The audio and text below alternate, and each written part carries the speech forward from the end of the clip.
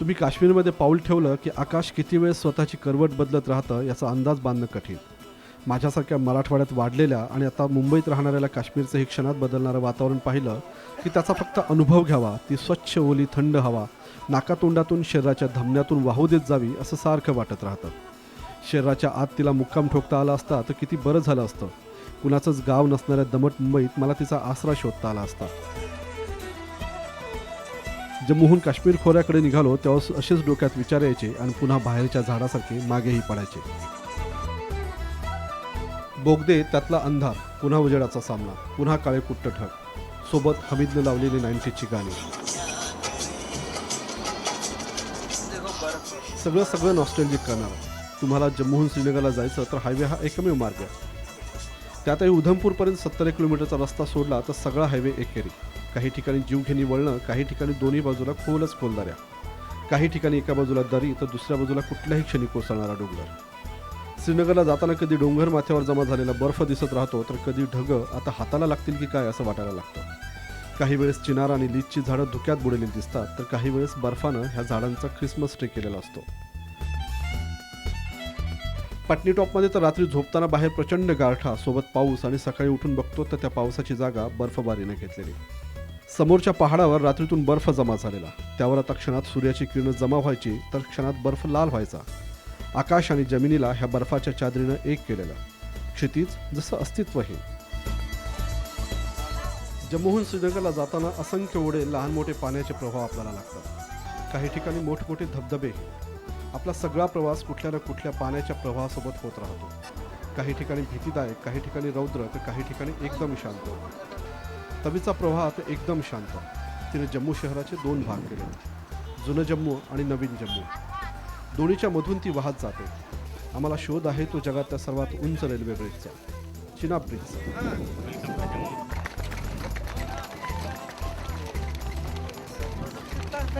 तवी ही चिनाबचीच उपनदी. दोन्ही नद्या जम्मूतून वाहत नंतर त्या पाकिस्तानमध्ये प्रवेश करतात. माणसांना ह्या देशातून त्या देशात किंवा सीमा ओलांडून जाता येत नाही, पण पाण्याला कोण थांबवणार? उलट त्याला कोणी थांबवलं तर युद्धाचे ढग जमा होणार. तवी चिनाबच्या पाण्यानं जम्मू खोरं समृद्ध झालंय. मला क्षणभर वाटून गेलं ह्या तवीच्या पाण्याला जशी सहज सीमा ओलांडता येते तशी आपल्याला का येत नाही?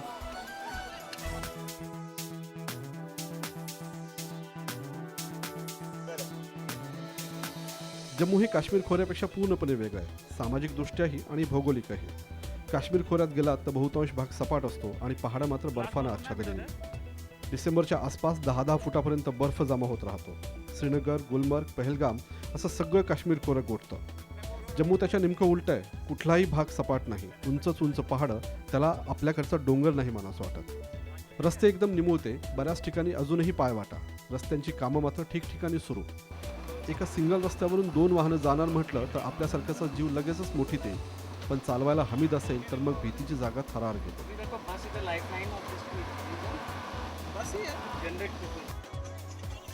जम्मूहून धर्मकुंडला जाताना ह्या डोंगर दऱ्या डोळ्यात बसत नव्हत्या. किती पाहावं आणि किती सोडून द्यावं. असं मान वर करून बघावी तर मान दुखायला लागलेली, पण तरीही डोळे बंद करावेसे नव्हते वाटत. कोकण रेल्वेने धर्मकुंडला ब्रिज बांधलाय तो पाहण्यासाठी आम्ही निघालोय. जी ढगं जम्मूतून निघाल्यानंतर दिसत होती ती अगदी 100-150 किलोमीटर नंतर गायब झालेली. हवेत गारवा होताच, पण सूर्यप्रकाश एवढा स्वच्छ की त्याची सवय नाही. डोळ्यावर कुणीतरी बॅटरी मारल्यासारखं वाटायला लागलं. मुंबईत एखाद्या नव्या स्टेशनला उतरलं की जसं ईस्ट वेस्ट कळत नाही तसंच इथंही नद्यांचं काही कळत नाही. आता थोड्या वेळापूर्वीपर्यंत तवीचा किनारा साथ देत होता, आता लगेचच हा चिनाबचा आवाज कानात घोंगावतो. तुम्हाला आश्चर्य वाटेल की चिनाब नदीचं मराठी कनेक्शनही आहे. आम्हा पत्रकारांना स्वतःचे सोडले ते इतरांचे सगळे कनेक्शन शोधायला फार आवडतात. मी चिनाबचा शोध घेत गेलो तर मला तिच्या नावानं चक्क पंढरपूरची आठवण करून दिली. कारण विठुरायाला वळसा घालत चंद्रभागा वाहते आणि चिनाबचं दुसरं नाव आहे चंद्रभागा. ती उगम पावते हिमाचल प्रदेशात, तेही 2 प्रवाह एकत्र येऊन, चंद्र आणि भागा. तिलाच लोक चंद्रभागा म्हणतात. चिनाबचं वेदांपासूनचं नाव आहे चंद्रभागा. ह्या चंद्रभागेच्या दऱ्याखोऱ्यामध्ये जम्मूची गावं वसली आहेत. गावं म्हणजे 4-2 हजार लोकसंख्येचे असं नाही. कोकणात 4-2 घरांच्या जशा वाड्या असतात तसंच इथं काहीतरी. डोंगरावर दूर दूर अशी उभी असलेली एकटी घरं. आकाशात स्वतंत्र अस्तित्वाच्या चांदण्या असाव्यात तशी काहीतरी. पण प्रत्येक घरापर्यंत पाणी, लाईट गेलेली दिसते हे विशेष. धर्मकुंड ही अशा छोट्या गावासारखं. कोकण रेल्वेनं इथं चिनाबोर पूल बांधला. जुना पूल होताच, पण तो निकामी होत आलेला. त्यावरून गाड्या वगैरे जाणं शक्य नाही. मग काम आलं ते कोकण रेल्वेकडे. त्यांनी बांधलेला पूल आता दिमाखात उभा आहे. आम्ही असे एवढे कॅमेरामन, रिपोर्टर्स पोहोचलो तर गाववाले भिरभिरत्या नजरेनं बघणारे. काश्मीरी माणसांची तशीही नजर बाहेरच्याबद्दल साशंक असते आणि त्यांच्याबद्दल आपली. ते धर्मकुंडमध्येही दिसत होतं. पुलाच्या दोन्ही बाजूला CISFचे जवान AK-47 घेऊन पहारा देणारे. त्यांच्याशी बोललो तर त्यांची उत्तरं तेवढीच त्रोटक, नजर मात्र चोहीकडे भिरभिरणारी. कुणी आंध्राचा, कुणी महाराष्ट्रातला. बोलणार का म्हणून विचारलं तर आदेश नाही म्हणाले. मग तिथे एक कन्नड इंजिनियर भेटले. त्यांना मराठी समजत होतं, मोडकं तोडकं बोलतही होते. त्यांनी पुलाची माहिती दिली. आजपर्यंत तर 1 लाखचे जवळ जे माहोर गुल जवळ असतात त्यांना सगळ्यांना इथून फारच राहत मिळलं. त्यांनी पण आता कन्स्ट्रक्शन मटेरियल ट्रेलर बनवून जाऊन त्यांनी पण सगळं घरं बनावलेले आहे तिथं आता. पण अशी कुठली एक गोष्ट तुम्ही सांगू शकाल की ह्या ब्रिजचं ते वैशिष्ट्य म्हणून सांगताय की हे याच्याशिवाय दुसरं कुठे असं बनवलं गेलेलं नाही, असं एक महत्त्वाची गोष्ट खासियत ह्याच्यामुळे म्हणजे स्टील फ्रिक्शन बोल्ट आम्ही यूज केलेले आहे. त्यानंतर पॉलिटेट्रा फ्लोरोएथिलीन बेरिंग्स पण यूज केलेले आहे. ते दोन मॉडर्न टेक्नॉलॉजी आहे ते दोनच. आपल्याला असं वाटू शकतं की कोकण रेल्वेनं पूल बांधला तर त्यात विशेष काय. पण महाराष्ट्रात पूल बांधणं वेगळं आणि चिनाबोर पूल बांधणं हे पूर्णपणे वेगळं. बरं, ज्या भागामध्ये ह्या सगळ्या सोयीसुविधा उभ्या करायच्या तो भाग अतिरेकी कारवाईचा. त्यामुळे धर्मकुंडमध्येच एकीकडे गाववाले काम नाही म्हणून तक्रार करणारे तर दुसरीकडे CISFचे कॅम्प, तेही ताराच्या कुंपणा. बरं, पूल बांधायचा तर त्या ठिकाणी पोहोचण्यासाठी अगोदर रस्ता तयार करावा लागला आणि मग त्यातूनच जोडली गेली ती जम्मू खोऱ्यातली गावं. या ठिकाणी पूर्वी समोरचा जो ब्रिज आपल्याला दिसतोय तो होता, पण त्याच्यावरनं त्याची कॅरिंग कॅपॅसिटी कमी असल्याकारणाने आपल्या संगलधान जो एरिया आहे याच्या पुढे साधारण 15 किलोमीटर अंतरावर की जिथं आपले टनलिंगची वगैरे कामं चालू आहे, त्या ठिकाणी माल वाहतूक करण्यासाठी अडचण येत होती. म्हणून हा आपण रोड ब्रिज कन्स्ट्रक्ट केला. ह्याचे फायदे ह्याचे असे झाले की ह्याच्यामुळे आजूबाजूच्या 15 ते 20 गावांना चांगल्या प्रकारचा कायमस्वरूपी संपर्क निर्माण झाला. प्लस त्यामुळे ह्या गावांची होणारी आर्थिक आणि सामाजिक वृद्धीमध्ये पण वाढ होईल. त्यासाठी हा ब्रिजचं खूप चांगल्या प्रकारे महत्त्व आहे. रस्त्यांनी गावं जोडली जाण्यापूर्वी ती अगोदर नद्यांनी जोडली गेली आहेत. चिनाबही त्यापैकीच एक. ती उगम पावते हिमाचल प्रदेशात, नंतर ती जम्मूत येते आणि पुढे ती पाकिस्तानात सियालकोटमध्ये प्रवेश करते.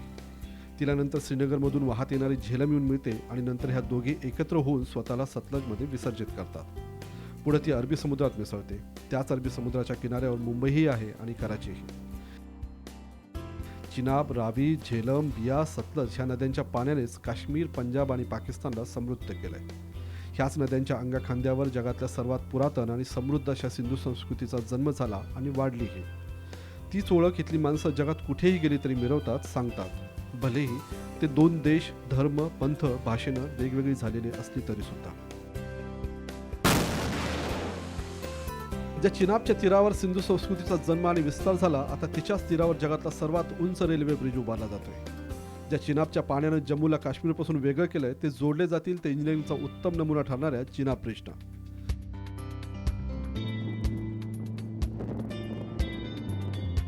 त्याची उंची नदीपात्रापासून 359 मीटर इतकी असेल, म्हणजे जगप्रसिद्ध आयफेल टॉवरपेक्षा 35 मीटर अधिक. चिनाब ब्रिजची खासियत त्याच्या फक्त उंचीत नाही तर त्याच्या बांधणीत आहे. विशेष म्हणजे तो ज्या हवामानात उभा असेल त्यात आहे. हा भाग हिमालयीन पर्वतरांगामध्ये मोडतो. त्यातही हा गोळा काहीसा तरुण हिमालय आहे. त्यामुळे भूकंपाचं संकट कायम असेल. पण चिनाबची बांधणीच अशी असेल की 8 रिश्टर स्केल इतक्या तीव्रतेचा भूकंप जरी झाला तर ब्रिजला काहीही होणार नाही. 2 पॉईंटच्या दरम्यान हा चिनाब ब्रिज उभा असेल.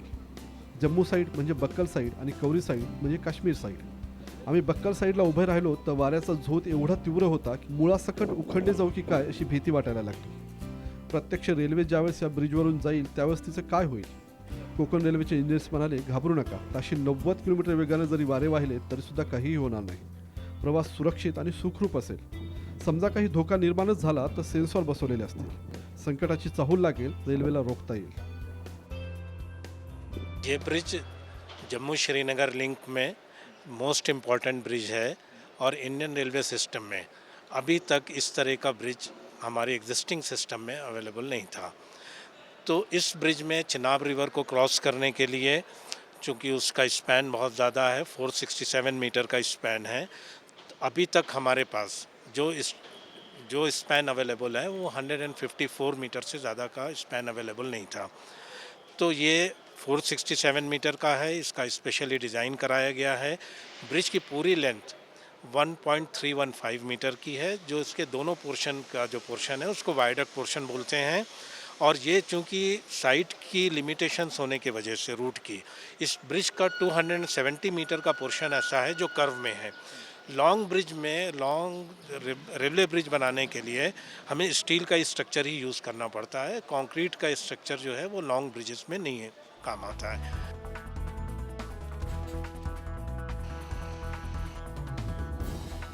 काश्मीरमधलं हवामान हे एक मोठं आव्हान.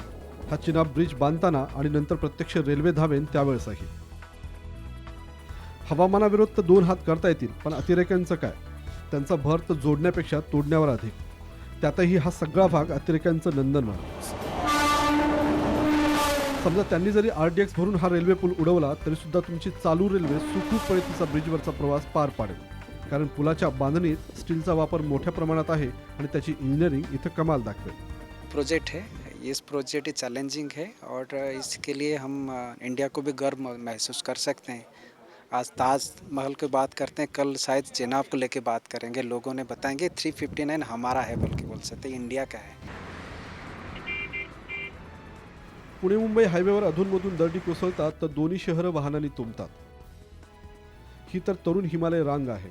तिच्या निमुळत्या दऱ्या कोसळल्या तर काय करायचं? कोकण रेल्वेसाठी हे एक मोठं आव्हान आहे. खुद्द कोकणात कोकण रेल्वेवर मोठ्या प्रमाणात हा प्रॉब्लेम आहे. त्यावर इथं मात्र उपाय शोधला गेला आहे. नव्या तंत्रज्ञानाचा वापर करत ह्या दऱ्यांचे स्लोप स्थिर केले जात आहेत. त्यावर पिलर अशा काही पद्धतीने उभारलेत की ते धावणाऱ्या रेल्वेची ताकद होतील. काही पिलर्स हे 137 मीटर्सपर्यंत उंच आहेत आणि त्यांचं फाउंडेशन तेवढंच मजबूत. त्यांचा परीघ 50 मीटर्सपर्यंत आहे. सेफ्टी, ब्रिज की सेफ्टी के लिए डिज़ाइन, एक तो इसका डिज़ाइन जो है स्पेशली, इसमें बहुत से फैक्टर्स हैं जिनकी इसकी रिडंडेंसी बहुत ज़्यादा है. चूँकि हमें इसको अगर कोई डैमेज हो जाए तो इसको रिपेयर करने में बहुत टाइम लगेगा. इसलिए हमारा डिज़ाइन ऐसा है कि अगर कोई सिंगल मेंबर डैमेज हो जाता है तो हमें इसमें गाड़ी नहीं रोकना पड़ेगा. हम उसको गाड़ी को रिस्ट्रिक्टेड स्पीड पे चला सकते हैं, उसके बाद हम अपने मेंबर को रिपेयर कर सकते हैं. तो इसकी स्पेशल डिज़ाइन है. और इसकी विंड वेलोसिटी, और अगर इसमें एक्सप्लोसिव कोई ला करके डाल दे TNT 40 kg का, तो उससे जो डैमेज होगा वो डैमेज ऐसा नहीं होगा ब्रिज में कि हमें कोई गाड़ी रोकनी पड़े. कॉन्टीन्यूअस स्पैन होने की वजह से अगर कोई इंटरमीडिएट सपोर्ट कोई थोड़ा डैमेज हो जाता है तब भी हम गाड़ी को चला सकें. तो हर फैक्टर को ध्यान में रख करके इस ब्रिज का डिज़ाइन किया गया है और उसी हिसाब से इसका फैब्रिकेशन किया. गेल्या 14 वर्षापासून ह्या चिनाब ब्रिजची निर्मिती केली जाते. खरं तर एवढा वेळ लागण्याचं काहीच कारण नाही. प्राथमिक गोष्टी पार पडल्या तर आत्तापर्यंत ह्या ब्रिजवरून रेल्वे धावायला हवी होती, पण तसं झालेलं नाही. त्याला कारण कधी सुप्रीम कोर्टात पडणाऱ्या याचिका आहे तर कधी प्रोजेक्टसाठी लागणारा पैसा. पण कुठल्याच स्थितीत प्रोजेक्टला झालेल्या आणि होणाऱ्या डिलेचं समर्थन करता येत नाही, कारण त्यामुळे प्रोजेक्टची किंमत प्रचंड फुगली आहे. ह्या ब्रिजवरून आणखी 2 वर्षांना रेल्वे धावेन असा कोकण रेल्वेचा दावा आहे. पण तिथल्या आसपासच्या काश्मीरी लोकांना विचारलं तर त्यांचं म्हणणं असं की आत्तापर्यंत यांचं काम पाहता पुढच्या 10 वर्षातही ते पूर्ण होणार नाही, कारण काम अतिशय मंद गतीनं सुरू आहे. विशेष म्हणजे इथल्या सगळ्या कामावर लक्ष ठेवण्यासाठी आता CCTV बसवले गेले आहेत आणि त्याची मॉनिटरिंग दिल्लीतून होते, अगदी PMOतून. मला क्षणभर असं वाटलं की अशा अफलातून वास्तू निर्माण करणाऱ्या निर्मिकावर ही हावी झालेली नोकरशाही तर नाही. मैं आपको ये बताना चाहूँगा, इसमें फाइनेंशियल कोंकण रेलवे का कोई अपनी तरफ से, इसमें ये नेशनल प्रोजेक्ट है. इसमें भारत सरकार की तरफ से फंडिंग की कोई भी कमी नहीं है और इसमें कोंकण रेलवे के कोई अपने फंड्स नहीं लगा रहे. कोंकण रेलवे को इससे फ़ायदा है इस यहाँ पर काम करने से. और इसमें ये जो इतना टाइम लगा है वो यहाँ के जियोलॉजिकल चैलेंजेस की वजह से है, not because of any financial constant.